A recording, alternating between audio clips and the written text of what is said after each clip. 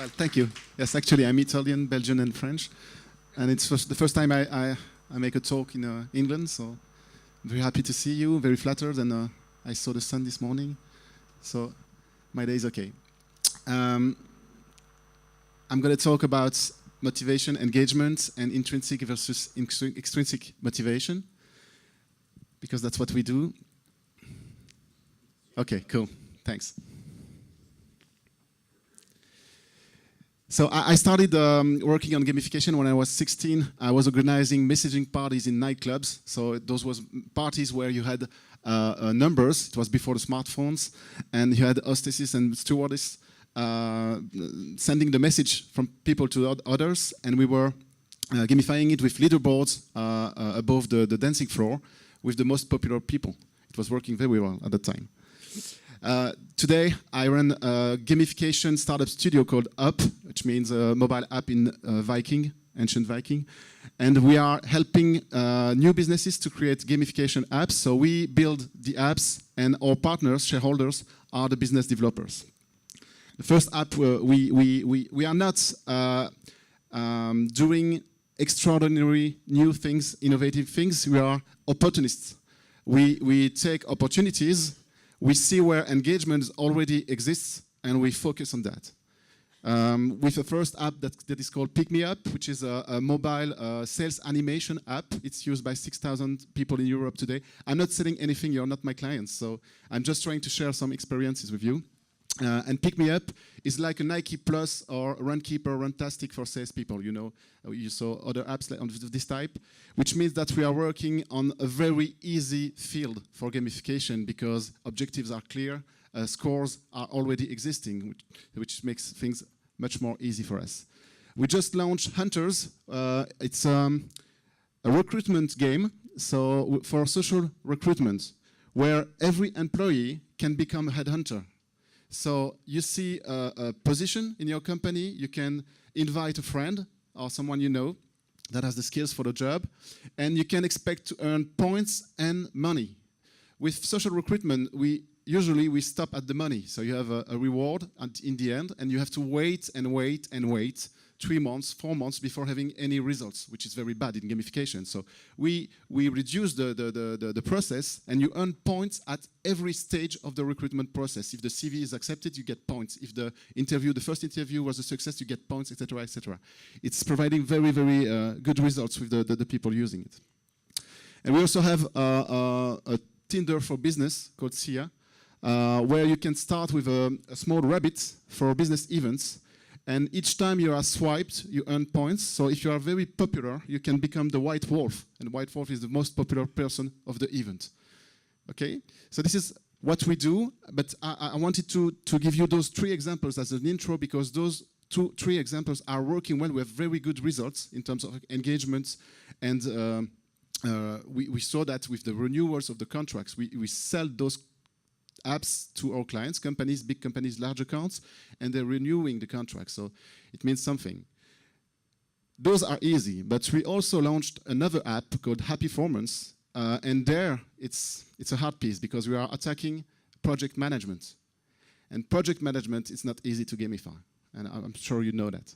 So I started back with this SelfDetermination Matrix, created 40 years ago, even more than that, coming from A motivation to intrinsic motivation. When you are in a company, in a project management context, and in the team, they hate their job, they hate the project, they hate the manager, you're in a pure A motivation context where the only thing working is punishment or rewards, and that's the only thing. And you don't take the project for yourself as an achievement thing. On the opposite side, when you have a very, very motivated team with a fantastic project, fantastic team, fantastic manager, they can work for pleasure, fun, but also for their personal achievements, which makes a total difference. And this is how we use this gamification curve. It's very important. We just stick the curve to those 6 stages of motivation. When you're in a motivation context in a company, if you come to the team that is really not motivated, and you say, hey, I have an idea, I have a game for you. It's not working. I haven't seen any example where it works well. If you have a team that is fully motivated, they don't wait for you. They will ask for a game, or they will build a game of their own because they want to play. And this is where we go to performance play. And that's the pure difference between performance play and fun play. Fun play means you have to distract people with funny things, funny gaming mechanics that makes them forget about what they are doing because they are not motivated by what they are doing. What we do, and this is why I call ourselves opportunists, we work on this side. We try to find where there's some kind of intrinsic motivation, and then we can build tools and new processes to gamify those things. This is what we do with Happyformance. We have different skins. This is the cartoon skins. You have the space skin. You have the Viking skin, etc. But what is important is a dashboard where everyone knows his or her objectives, and it is based on the OKR methods. Maybe you know the OKR method. Have you heard about it? Okay, it's a very successful method used in the Silicon Valley, invented by Intel and used by Google. It stands for objectives and key results, and one of the basic principles is that you have, at any time, you have between 3 and 5 objectives. You know, like challenges in a lot of freemium games, where they are always replaced by new challenges. And it is used by a lot of companies, and basically you have those 3 objectives at the same time, and they are graded according to your performance. And according to the 15 years of experience in the Silicon Valley with this method, you have to be between 60 and 70% results at a grade to keep motivated, to keep being motivated, sorry. Okay, so this is how we built Happyformance, and you have a full dashboard with different features. The first currency is your miles that you can reach by reaching your objectives. You have a second currency, the Happy Count is a social currency. I will talk about just later.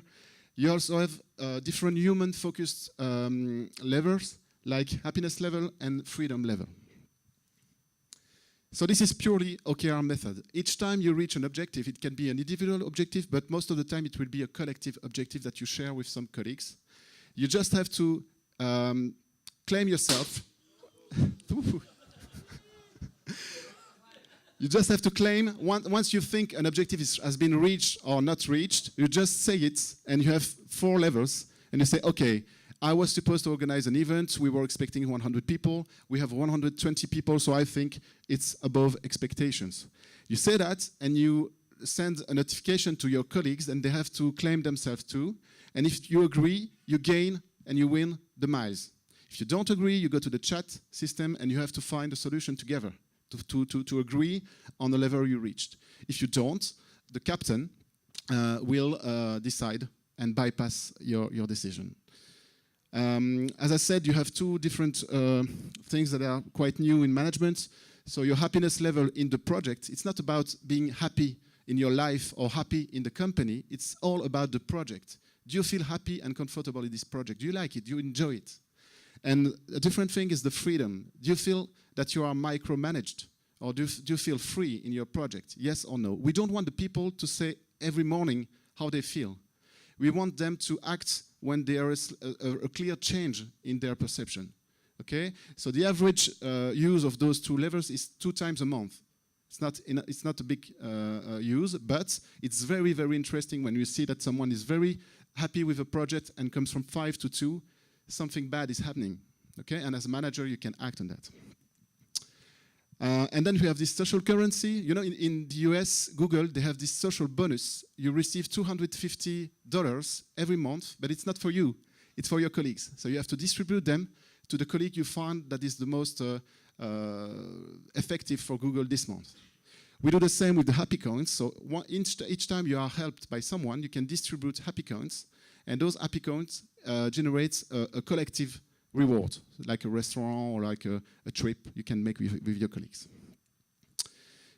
But once again, we have this problem with the gamification curve and the motivation curve, because in project management, you have a double problem. People have to be a minimum motivated by the project, which is not always the case, and they have to be motivated at the same time, which is a huge, huge challenge.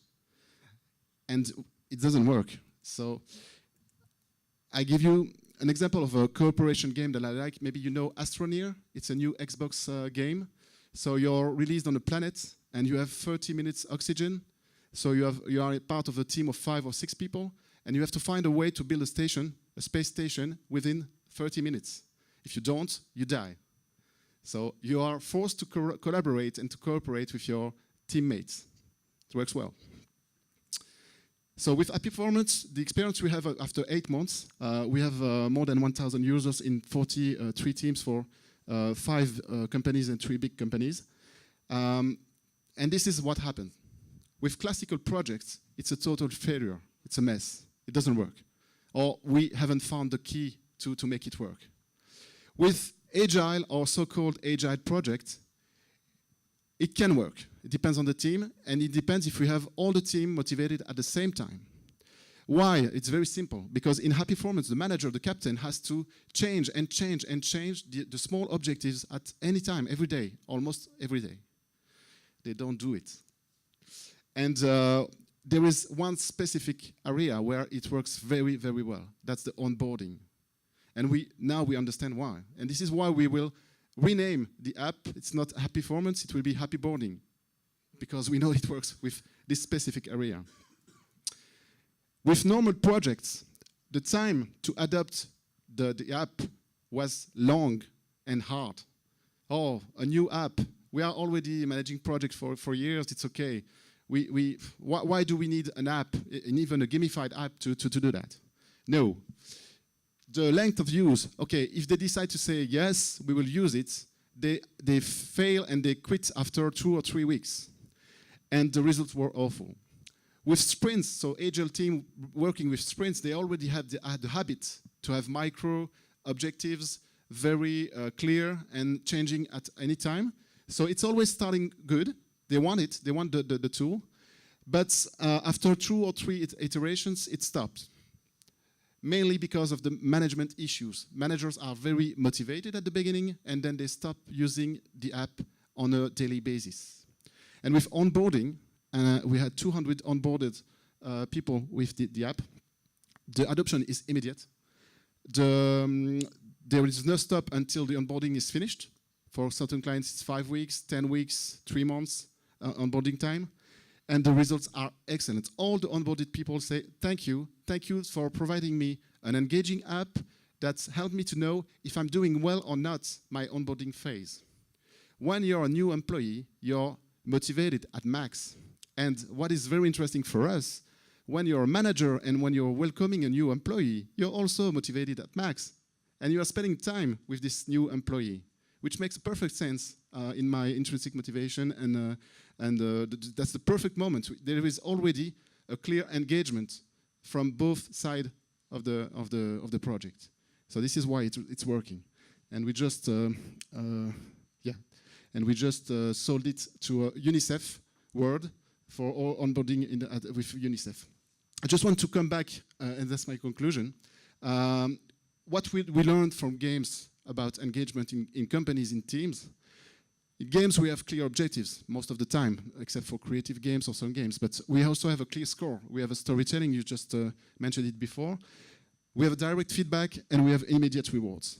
That's what we have in the onboarding phase. We can have very clear objectives in the onboarding phase that we can't have in long-term project management. It's very harder. We have a clear score. You can say your onboarding was a success or not after a few weeks, so it's very direct and immediate. And the rewards are clear. It's the best reward you can have. You stay in the company, so your trial period is a success, so you can work with us, which is very engaging. And it's very easy in that context to put some storytelling behind and to have a clear story, scenario.